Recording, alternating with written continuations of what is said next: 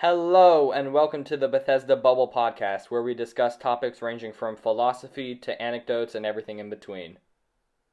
I'm Lemon Lime Emil. Nice to meet you. I'm Bennett. I'm Jack. It's me, Faraz. I'm James. And I'm Alan.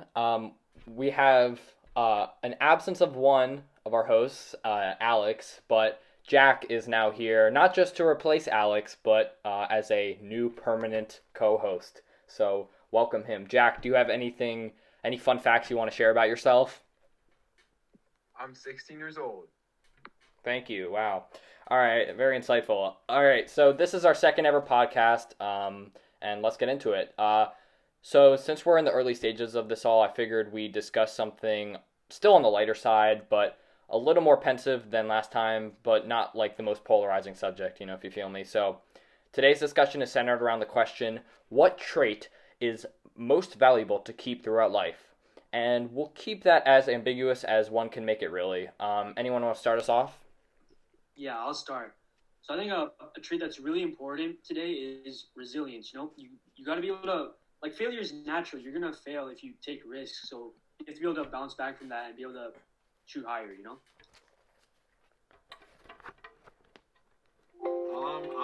I'd say that risk taking and with the willingness to put yourself out there is kind of a prerequisite to that. Though, resilience is important, but let's say you take no risk. I'd say failure and pretty much anything is inevitable, as you were saying, but it doesn't matter as much unless you take risks. So the willingness to actually want to achieve, I think ambition is probably more important than resilience. For me, I say... Okay. I guess I'll go. I say honesty is probably the most important trait because, guys, what's the saying? It's what a tangled web we weave when we first practice to deceive, and that's kind of true in terms of life. It's if you just consistently are lying and you're not honest about anything, then life's going to be really rough. So, yeah. I was honestly thinking you were going to be honesty is the best policy, or some dumb thing like that we learned in 5th grade. My opinion, I got to say manipulation, as cruel as that sounds. You're not, there's two things. You can either work hard or you can work smart. I say go for smart. Yeah, hopefully we have a more positive rendition of that. Anyone positive? All right. Anyone want to elaborate on their word? I guess we'll start with Faraz, actually, since he was first. So what does that really mean to you, and why is that important? I think it's important for all people, because, failing itself, that doesn't make you a failure, but not trying to do better, then that just makes you a fool. If you don't aspire to learn from your mistakes and try to become something more, then what's the point? You're not going to get anywhere. I'd like to go off something Emil said. Sure, I'm not necessarily agreeing with the whole manipulation works smart concept, but I'd say that there are some traits that could be deemed negative that are actually important in the long run. This guy Niccolo Machiavelli back in early Renaissance. I think. Yeah. He's one of those guys. He wrote this book called The Prince. Yeah, which illustrated a lot of the things that a ruler should have. And he mentioned that it is better to be I'm feared than loved. I'm pretty sure. Which he mentioned that the sole test of whether or not a government was good was if it was effective. The sort of the ends justify the means kind of thing. Yeah. So I'm not saying Emil that's a terrible thing to say. I don't think it's the most important, but I'm not disagreeing with you with that saying that it is a bad thing, so therefore it's not useful. Yeah, sure, there are bad things that can be useful. Yeah. So I want to add on to that. So yeah, that's how I was saying Emil's kind of Machiavellianistic tendencies, but anyway. So the thing Machiavelli's logic was also that if you're loved, a lot of people you're gonna be popular, right? But then your enemies who do disagree with you, they won't see you as a threat. But if you can be if you can have a balance, or if you can be more feared, then even your enemies are still gonna respect that and not try to betray you. Yeah, but all right, let me detail you something here. Manipulation. has done a lot of things in human history. Whether you call it good or bad, I guess one can also view as manipulation as persuasion, just not in the greatest of context. Yeah, it's more like euphemistic. Utilitarianism. I guess, for example, not to get too political here, I am not supporting, I'm just objectively looking at, and that is Donald Trump. He has done a lot, one can argue. I'm not going to say the benefit or the negative. It's just that he has a very, one can call, a sheep fan base. What I mean by that, I mean like they're like sheep. They follow anything what he says without purely analyzing within. Anything that comes out of his mouth is deemed word from God himself, kind of like 10 Commandments style out here. And anytime anyone opposes it, it stirs everyone up. And like that's the thing that I find really key. Like in large human events in the human history, there have been a lot of people who are masters of manipulation. We can talk about Jim Jones from Jonestown. We can go to Adolf Hitler. We can go from Trump. I mean, yes, it is rather, one can argue, a negative context. But just like Bennett said, sometimes it can be used for good. And maybe I chose the wrong tone of it, but I think overall with the mix of persuasion / manipulation, you kind of get a lot in life. Yeah, and then another thing is if we look at dictators in history, a lot of them, especially fascist dictators, but not only, they often try to pit groups against each other to sort of control them, because if you sort of make them hate each other, then they're less focused on what you're actually doing to them. And by doing that, you end up manipulating them and using propaganda, and they don't realize that you're the one that's actually causing a lot of their problems, and they don't rebel against you. That's how a lot of dictators would stay in power, by using like a scapegoat tactic. Well, I mean, I was just going to say that, it really only works politically, because literally all of your points have just been basically people who are leaders of other people. Like, in life in general, it's definitely, at least from my perspective, manipulation, there's no way it can be the most important or, most vital part of, life, because it's what are you going to manipulate someone for $5?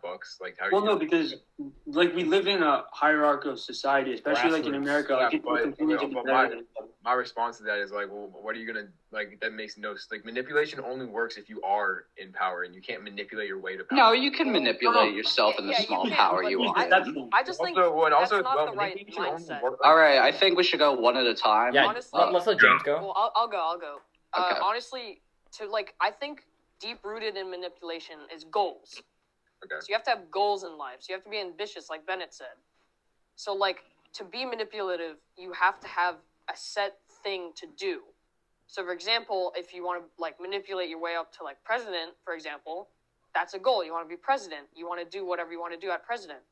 So I think manipulation is not really a character trait. It's kind of how you do it. It's not really what you're trying. I mean, it's not.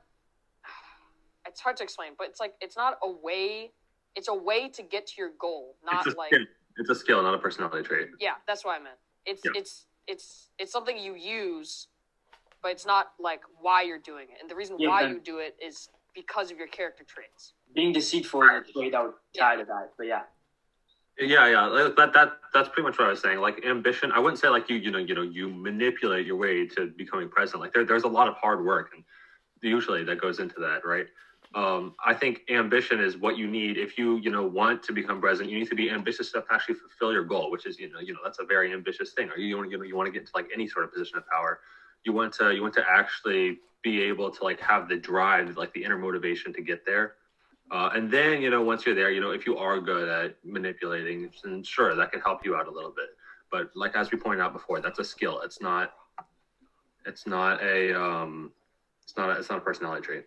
Yeah. So Jack was saying that the whole manipulation doesn't really tie into real people, only ties into politicians. But I disagree with that. I'm just saying, for example, let's say I'm an employee at a company, and there are other employees who are at my position, and there's room for one promotion in the company. I might use tactics to try to bring my peers down so that I can look better, and then I can be the one with the promotion. it can still apply to other But from like an environments. ethical standpoint, where does manipulation, like where do you draw the line? Because all the instances in history that Emil pointed to are, I'd say, historically in the moral wrong. So if you can provide any examples of in a delightful mannerism, or from a delightful temperament of the perpetrator, where does manipulation serve good? Well, that's what I was gonna say. That basically every single point that you guys made was like dictators, Jim Jones, Hitler, well, dictator, yeah, basically all. And Machiavelli's whole point was about how a prince was. I mean, at the time, because it was the 1400s or whatever. Like, it was basically a prince was basically a dictator of like a town or a small, basically like a neighborhood or a town or whatever. But generally, a small population of people, and he was basically their ruler. Whatever he said, they did. He controlled everything they did. So I'm just saying, like, at least, I don't know. I can't think of a point that's like. I'm viewing this objectively, like, and not in the stance where, like, as cruel as it sounds, I'm looking at a perspective in which one has no morals and all they do is achieve the goal regardless of the task. Kind of like how a robot would do it. It wouldn't care about the casualties. It wouldn't care about how others are feeling about the issue. It cares for its own. Yeah, but that also brings up the standpoint of whether we said we didn't specify whether this specific trait would give you success in life or not. So where do we draw the line of does success equal moral righteousness, or does success equal personal endeavors going well for only oneself? And that's like a really big issue. Yeah, go ahead. It depends on who you ask. Yeah. Success is defined by the impact you make on society. We didn't specify though. If you go down in history as someone who did something great, people they learn your name in history classes later. That's great too. But if you also come up with like a breakthrough, you find out how to, I don't know, if you're one of the people who's working on the coronavirus vaccine, and you help discover that, then yeah, I consider that a success in life, even if you don't learn who exactly discovered that. Like you're helping billions of people. It depends on the person, because like if you're achieving something, whether it's for yourself, your family, or society as a whole, that like you can still view that as success. Like it just depends on like your look on it. Yeah, I'm giving you my definition. But do you think I really like what Emil said though about having because if you look at it without morality, because obviously you derive that from your experiences. But if you try to look at it objectively, it's like unbiased, and you can actually like really keep an open mind. Well, yeah, but what context do you think is more important? Manipulation, right? Right. A little, yeah. And I was gonna say, like, well, how is I'm guessing, Bennett, your point probably wasn't like the coronavirus vaccine is manipulation, right? I mean, is that No, not at all. Yeah, exactly. I don't know. I'm just saying that every single point you guys have made just has said that it's been like, yeah, well, kind of like you guys are under basically the undertone is like, yeah, manipulation is just all negative. I don't know. That's what I'm getting from. Yeah, I think we should move away from manipulation altogether. Okay. Can I present my terrible answer? That was just my opinion. Yeah. Okay. Everyone has. No judge zone. Let's continue. No. Emil. Okay. Thank you. This is mine. I think that empathy is the most important from a contextual standpoint, because what does this have anything to do with like manipulation? No, we're moving. He's trying to move on. Okay. Edit this whole part out. I thought he was just reading his SAT words and like making a new sentence. Yeah, Alan, you really. Alan, you need to like. You elongated that sentence like crazy. You could have just said like, "How is manipulation?" Yeah. You were like, "How is you think colleges are gonna like spend? And, like, my usual strategy is when someone sends me work is to plug it into the complex word generator, but I plug it in and there are no more complex words than what you're using. Oh, okay, yeah. James has to go to the Walter Reed Hospital to pray for Donald Trump, he says. Okay, so on to mine, which is empathy.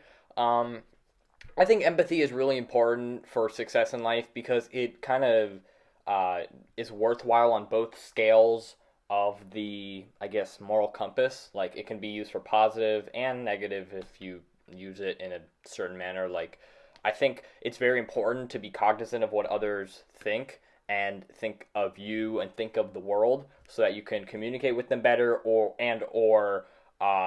achieve your goals in an easier fashion, I guess. Anyone else want to add on? You said positive and negative. What do you mean? Like, can you give an example of a negative way that it can be used? Yeah, I mean, if you like are very empathetic towards someone and know how they're feeling, I guess a better word is cognizance, but like, but if you're very empathetic towards someone and know how they're feeling, you can kind of predict their mannerisms in a manipulative way, which I don't promote. Well, also, that's what I was talking about is that if you if you're empathetic towards somebody, knowing that, so if you're like friends with somebody, they're very rich, right? I'm just saying this is a basic example, but if they're really rich, you're super empathetic towards them. Eventually, you'll get on their good side. They'll be like probably softer with you, and you can probably get them to buy you stuff or let you live with them, right? You know what I mean? Just a general idea. Well, then that's not true empathy, because I feel like when we're talking about like real like sincere empathy, it's always like legitimate. It's not like a facade just to manipulate them. So wouldn't this be categorized under back to manipulation then? Because that's, I don't know. Well, there's two aspects to it though. Manipulation is just usually flat out negative. Okay, this at least has a positive empathy. aspect. In that way, empathy can't really be negative, because if it's actually sincere empathy, you can't use that. There's different forms of empathy. There's two sides of empathy. There's the understanding part, and then there's the sympathizing part. It's like yin and yang. There's always going to be a positive and there's going to be a negative. And I wouldn't look at it in black and white, but there definitely are different forms. Yeah. I guess so. I mean, it really depends how you use those different forms, because, man, I wish Alex was here with his tangents, but because he would really like this, but... He would. Yeah, but I think, like, there's two parts of empathy, like I said. There's the understanding what the other person is going through, and then there's the actual part where you're like, all right, I'm going to comfort them in some way, right? But if you take away the second part, you're kind of left with... it's just sympathy. You're left with you're just pulling the "I feel bad for you" type of thing. Exactly. Get better. No, the second part, as in you're only doing the part where you understand what they're feeling. Once you understand what someone's feeling, you kind of have some power in a sense. Would that be like influence? You could use it in whatever way you want. It's just the "I'm sorry" with an added sentence of "I feel better." Yeah. No, that's the second part of empathy. I think we're getting a little bit unrelated. Let's try to talk about examples how this would help you be successful. Well, this is the objective. Wait, but here's my question again. Are we viewing this with a way of ethical standpoint, or are we viewing this with no ethics at all? That's a factor. Say we were to program someone to do this. I would say I think with ethics, generally speaking. I feel like without ethics, it'd be way easier, because then you can basically just do anything at all to succeed in life. Like anything would work. And that's why... The definition of success is like different though, right? Like objectively, the definition of success is the aim of one's goal or achievement. There's nothing... I mean, again, objectively speaking, doesn't mean that with success, you're going to have to go through a moral compass way. You can, which is the common thing to do. Yes, but there are going to be that very small group who... I don't know how. I can't give you their motivation towards it. It's kind of like the saying goes: some men just want to see the world burn. Like in that sense, yeah. No, but I feel like going off that, I feel like it really comes down to: are you more of a end justifies the means type of guy or not? You know, because a lot of people think that you can do anything possible to attain your goals, and then that end result is what makes it all worth it. That is actually a very different philosophical topic called utilitarianism, which I discussed in my culture and literature class. Shout out Mr. James. Basically, it's whether what you're doing, if it benefits the majority, is it justified or not? What do you guys think about that? The question is with the person. This all comes down to like one's individual motives. Like, for example, if I was living in a crummy society, most likely I would like to benefit my society where I grew up from, and try to benefit them. But I can also be born from a very rich area where the society's already doing fine, and I'm doing it for my own motivation, my own individual. But it's like the discussion of like the train track thing that we discussed in class, where like if there's a train and there's 3 people tied to one end of the train and 1 person tied to another, and you have the lever that can decide which way the train goes, and there could be any arbitrary person in that position. It could be like Stephen Hawking, or it could be like some average Joe. You know what I mean? So it's a really interesting concept. I'm so torn whenever I hear that scenario. Yeah, it's really because it really screws with your sense of How does it morality. go? You would have to kill the one person to save the three. You Yes. you choose to kill Yeah, whoever it's you like, want. You can I think choose to kill the generally one speaking, it would be person. like, for example, it would be like your vice girlfriend versa. is on one thing, and then 3 random people are on the other. You know what I mean? Well, there doesn't have to be a specific person. It's often just like the Yeah, train that's is going general. one way and it's going for 3 people, and you have the ability to change it to only hit one person. Like, would you do it? We don't have to get into that right now, but that's just like an example. Yeah, that's what it is. Yeah. I don't know. What do you I guys mean, think about objectively. Sorry. This is what I hate about like hypothetical scenarios. Like, people feel like, oh, I would do this. Oh, I would do that. Like, you have no idea. You're not in that scenario right now. You have no idea what you. Yeah, well, that's why you have to try to like put yourself in that. That's the interesting part about human psychology, though, is that it's like you can't you can say, "Oh, I do this," but when you're actually in that moment, no one knows what they do until you're actually. That's also a good point, definitely.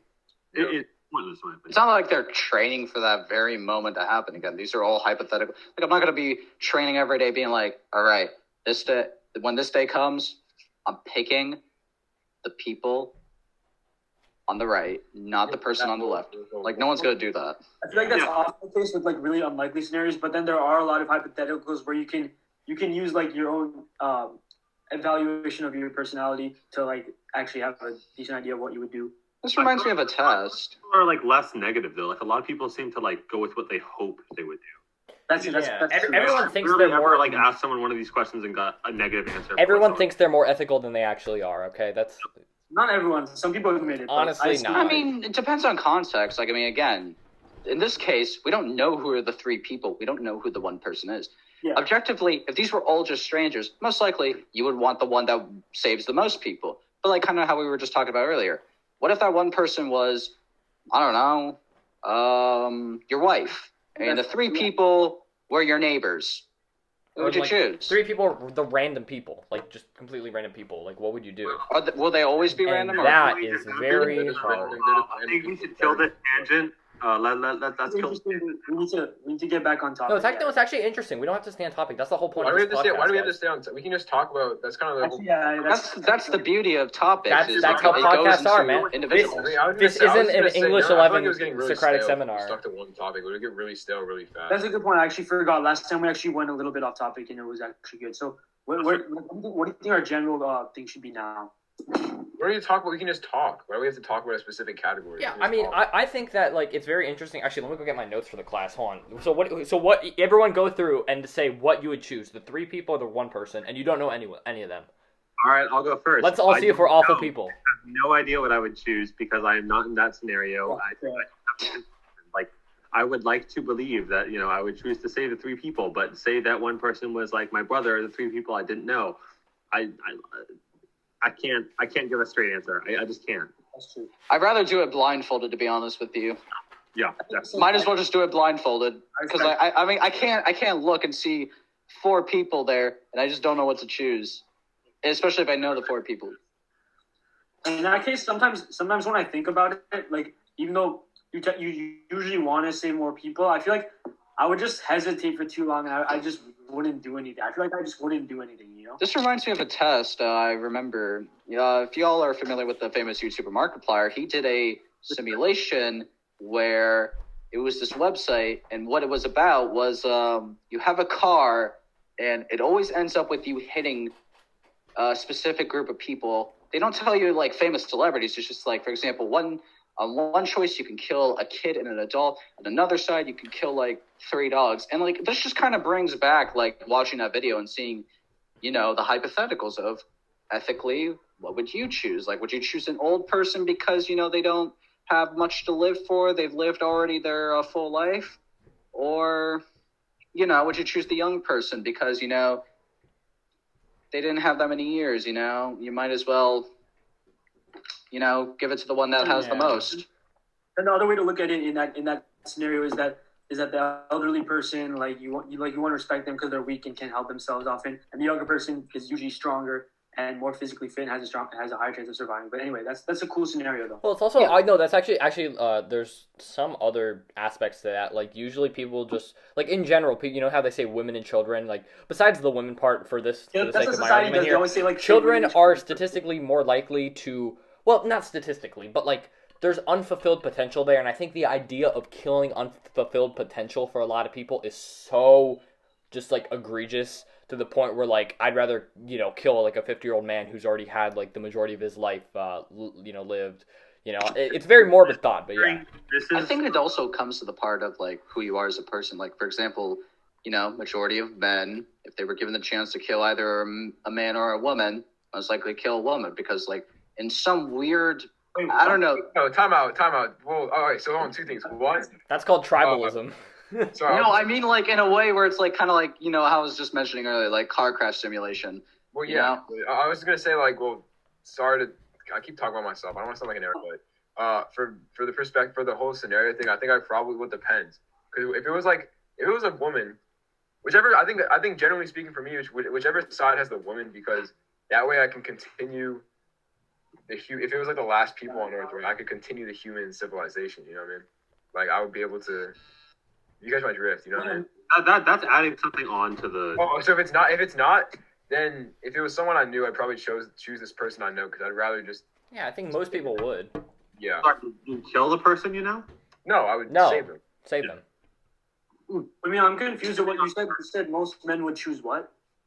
Yeah, I don't know about that thought. It's a weird sense. Like, for example, in you would most likely relate to the man even though you wouldn't know who the person even is. Like, I don't know. It's a weird sense. It's hard to go. You're saying most men would save the man? Yeah, like, for example, if a woman were to give an option of who would you rather accidentally kill, the woman or the man, women are probably going to choose the woman. I'm not meaning this in any sexist ideal way. I just feel like, since they're already so similar, in gender specific. No, so here's the thing. Hang on, pause for a second. In what realistic scenario, though, like, would you be forced to kill one person? It doesn't matter. We're going hypothetical right now. But I mean car crash type of stimulus. Okay, wait. Let me say. I was gonna say I strongly disagree with part of that, Emil, because I feel like almost everybody, regardless of what gender they are, would save the woman because our society leads us to believe that women are weaker and more helpless. No, I don't think that's true. Actually, and men are more expendable. That's kind of just what happened. Like that's the way it was in history. Like men were expected to like fight and die for their country and protect the women and children. Well, also biologically, it's just how it is. It really exactly. Men are stronger biologically, so we're expected to like do more harm. No, but like it's like if two completely random strangers, you could just all you get to look at is their physical appearance. They use no rhetoric whatsoever to persuade you at all to like keep them. You would most likely choose the one that's like similar to you. Yeah, it's called tribalism.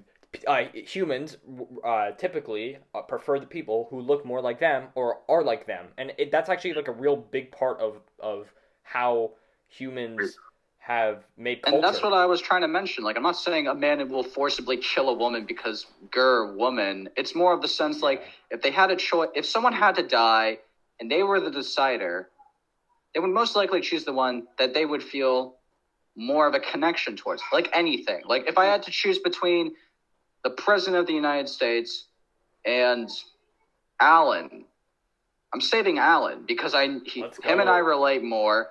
We know each other. But even regardless of that, if I was told on physical appearances, if I didn't even know the names, like if you told me age, looks, race, whatever it may be, I think subconsciously, and one can view this as me going for the one that acts or looks similar. I'm not doing it based on the fact that I despise the other person. I'm just going for the one that like I feel like relates to me. And it's kind of like, I guess, empathy wise, but you don't even know the empathy. You're just like, they relate to me, even though I know nothing about them. I understand that rationale in some scenarios, but when you're talking about the gender scenario, I feel like that completely contradicts what society has been like teaching people for generations. Like whenever, like for example, like when the Titanic was sinking, like men wouldn't be saved first. You save the children and then the women. Yeah. The men are the least important, and that tends to be and then that shapes how people view other people, especially when it comes to gender. But like if we're talking about like the president and like one of our friends, then yeah, that makes more sense because that's not something that has to do with like a biological difference. I feel like because like in that case we would judge them both just based on who they are, and your friend is likely more important to you than the president. But what if I meant by random? What if I didn't know any of them? You gave me descriptions. Like if you were to tell me that I was talking to one who is the age of 70 and the other age who's 16, I'm going with the 16 to say because even though I may not know them. That's different though. Like I would relate to the 16-year-old more because I am also 16. But and most likely, if the person was 70, they choose the one who's 70. Give me a second. I disagree with that though. Like I feel like someone who's like, I don't know, 50 or 60, like maybe not even 70, would not say the 7-year-old because youth is a valuable thing, right? Like you've got your whole life ahead of you. And I feel like that's a reason people would choose. Like, it's what Alan was saying earlier about like unfulfilled potential, right? Yeah, that's true. I think I see your point. I guess I kind of dove into that head first. That's pretty interesting. Yeah, I guess I was looking at the fact that kind of like with everything, there's always it's not just based on just one thing. There's also multiple factors, and I guess I kind of just jumped ahead of the bullet. I apologize, but like, you kind of see what I mean, though, right? In some way, there's that little factor of that. Yeah, if you were to tell me, like, would you rather a 16-year-old who gets like C's in school, or like a 40-year-old who has Nobel Peace Prize research or whatever, or acclaimed research? I would probably go with the person with acclaimed research, and that isn't out of spite or anything. It's just out of like rationale, and that's where our rationale plays a really big part in this. Like our decision making, our quick decision making. I feel like the best decisions we make when it comes to these are like our initial gut feelings. You know what I mean? Like when you think about it too hard and let it digest a little too much, I think our sense of right and wrong kind of gets a little twisted. If that makes a little sense, I don't know. Yeah, but then if you think too quickly, you might end up regretting it like later on. Like sometimes, in some cases, it is better to like think it through and analyze. Well, in this kind of scenario that we're talking about, though, you don't have time to think about it. It's a 5-second. Well, who said it had to be 5 seconds? It's really more instinct than anything. I feel like you have to like for like I don't know, maybe like 3 seconds, whatever you can get in your head in 3 seconds, then you either make a decision or you don't, right? Also, I feel like that's true. I feel like regret is just a really bad thing in life. Like I feel like no matter what, even in any scenario, like just regretting something, like if you're gonna make a decision, just follow through with it and saying, "Oh, I shouldn't have done this, I shouldn't have done that." Well, like you. Yeah. Well, I feel like regret is a bad and a good thing because it prevents you from making the same mistake twice. Well, yeah. That has a good point. Yeah, obviously, but I'm saying, but you'll learn from your mistakes. You don't need to regret your mistakes. Yeah, but when regret like seeps in, it hurts. The thing about regret is like it's okay to like feel sorry and feel bad for what you did, but then if you let that constantly control how you feel, then you're not going to be able to move on. Dwelling on the woulda, coulda, shoulda is just bad, terrible. Yeah. I feel like it's kind of like with regret, everyone's gonna like kind of how I was saying like last episode. We all have flaws, so and I don't want to sound like those cliche teachers. It's okay to make mistakes. Like none of us are perfect. We're going to make accidents. And yes, we're going to regret some of those actions because compare, like with some of the actions, they may be bigger and more impactful in our lives. However, I guess it depends also on a philosophical. I can't speak. I apologize. Yeah, you're good. Kind of like with philosophy, it kind of depends on how you want to live your life. Like, do you want to live your life, even with the regrets, you understand that these were decisions you made in the past and at the time you weren't educated of? Or would one argue that, everything happens for a reason and you don't really tend to learn your lesson. You just kind of do it because, it happened. Well, there is different types of regret though. Like there's one type of regret that's like very minute things that your mind kind of just takes a mental note of and you generally don't repeat in the future. And then there's like the deep-seated regret that just eats away at your brain and you're just like, "Oh my god, I I'm so annoyed, blah blah blah." And realistically, I think you have to differentiate between that, and I don't know. I think it's important to differentiate between those because once you know the difference between those, you can pretty much be the most fulfilled human possible, I guess, based on your own experiences. This is very interesting. I guess this entire topic in general, even with the tangents, it kind of makes you think about a lot of choices in life. Yeah. I can't even say the word. Both in we're all reminiscing philosophy and morals. Yeah. Well, I think we had a pretty good lengthy discussion today, guys. We're gonna wrap it up here. So thank you guys for watching. That's gonna be it for today. We really hope you enjoyed this this episode really got a philosophical turn. My intention with this question was not exactly to like bring up a lot of deep things, but I think we just naturally got there, and so I think we're all kind of adjusting very well. So yeah, thank you for watching. We hope you enjoyed this episode, and have a great day.